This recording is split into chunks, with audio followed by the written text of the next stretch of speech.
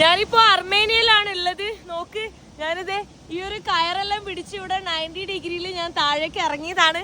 ഇറങ്ങാൻ തന്നെ ഒരു 10-15 മിനിറ്റ് എടുത്തു കേട്ടോ.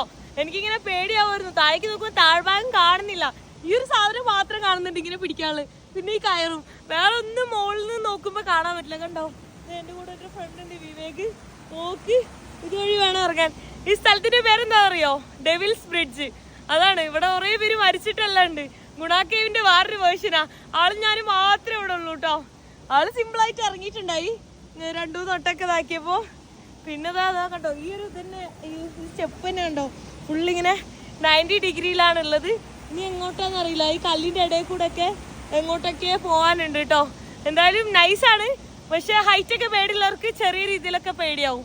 താഴേക്ക് ഇറങ്ങിയപ്പോ നല്ല ക്രിസ്റ്റൽ ക്ലിയർ ഹോട്ട് സ്പ്രിംഗ് ആണ്. നല്ല ചൂട് വെള്ളമാണ് വരുന്നത്. ഇവിടെ തണുത്ത വെതറാണ്, അതിൽ നല്ല ചൂട് വെള്ളം വരുന്നുണ്ട്. ഉള്ളിലേക്ക് കയറുമ്പോ ഒരു ഗുഹയാണ് കേട്ടോ കാണുന്നത്. നോക്ക്, കണ്ടോ, ഇതെല്ലാം വോൾക്കാനോ പൊട്ടി വന്നിട്ടുള്ളതാണ്.